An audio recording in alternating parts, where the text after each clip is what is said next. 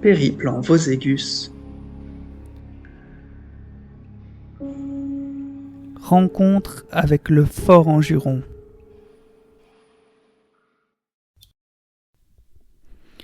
Dans la brume quasi insondable qui tapissait la forge, Nevalf finit par entrevoir un vague halo vers lequel il dirigea ses pas, non sans vague à l'âme. C'était l'âtre dont émanait le brouillard divin, l'âtre qui donnait la vie aux créations de l'artisan. Nevalf se rapprocha timidement. Les insultes avaient cessé, mais la quiétude n'était pas tout à fait revenue.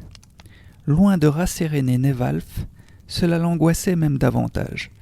Hormis le crépitement du feu et les sifflements du charbon qui agonise, de drôles de bruits ponctuaient çà et là le calme apparent de l'atelier. Des sons indescriptibles qui oscillaient entre le mugissement et l'éructation. On aurait dit une bête qui rôdait.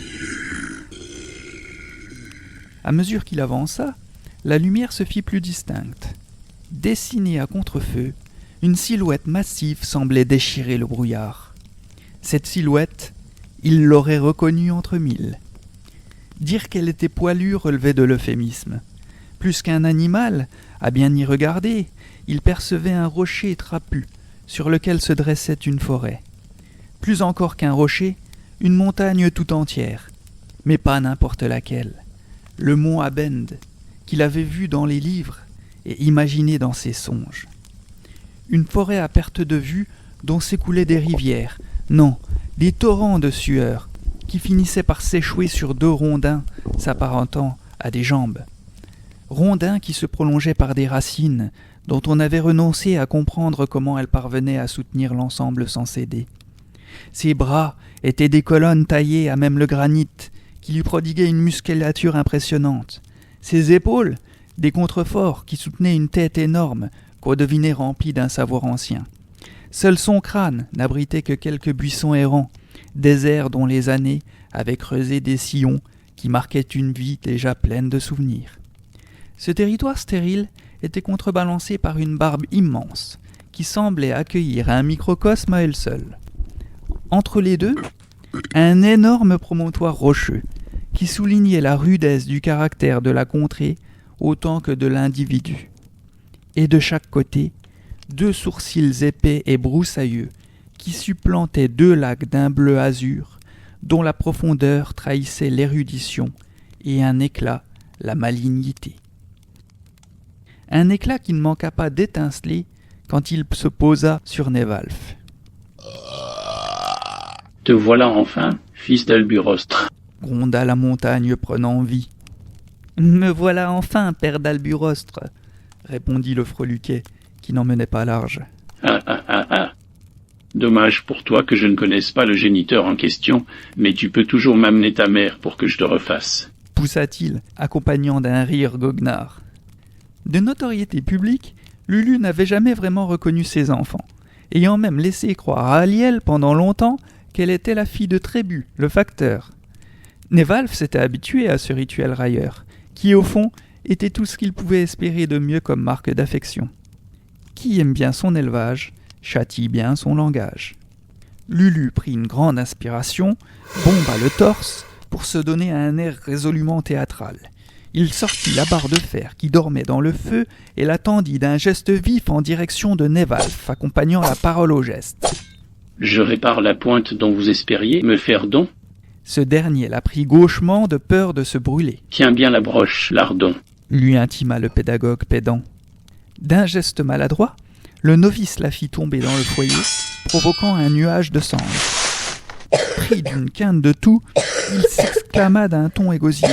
« À la fin du renvoi, je tousse. » Lulu parut consterné.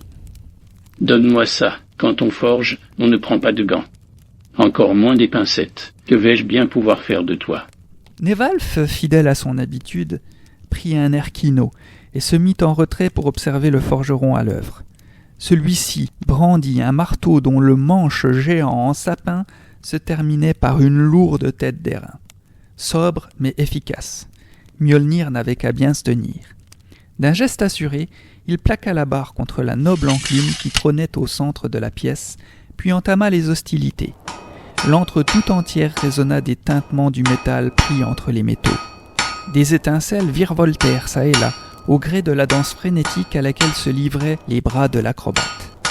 Le poltron, quant à lui, ne put s'empêcher d'esquisser un geste de recul et de couvrir ses oreilles, malgré ses bouchons de cire déjà en place. Cela ne manqua pas de faire pouffer Lulu, qui redoubla de vigueur à la tâche. Sans la moindre marque d'essoufflement, il ponctua le peu d'espace entre les clinquements de sa verve moralisatrice. C'est la forge de la colonie qui maintient le reste du monde à la température normale. Quand la forge se refroidit, le reste du monde claque des dents. Il était clair que la cadence qu'il intimait à l'ouvrage ne se contentait pas d'être le pouls de la forge. Elle représentait un peu le cœur de la colonie. Extrapoler cette vision à Yggdrasil tout entier n'était donc finalement pour Lulu qu'une simple question d'interprétation. Nevalf avait pris conscience au fil des années qu'il ne fallait pas prendre pour écu comptant les histoires où Lulu se mettait en scène comme un aventurier émérite. Pour autant, il admirait le personnage qu'avait su se créer son père, faisant de sa vie entière une mimésis. En travestissant tout juste à peine la réalité, il avait su se forger une réputation que personne n'aurait osé remettre en cause. Il ajoutait ainsi à son vécu des ornementations autant que de volutes à son art, embellissant son quotidien si bien qu'on ne séparait plus le bon grain de l'ivresse.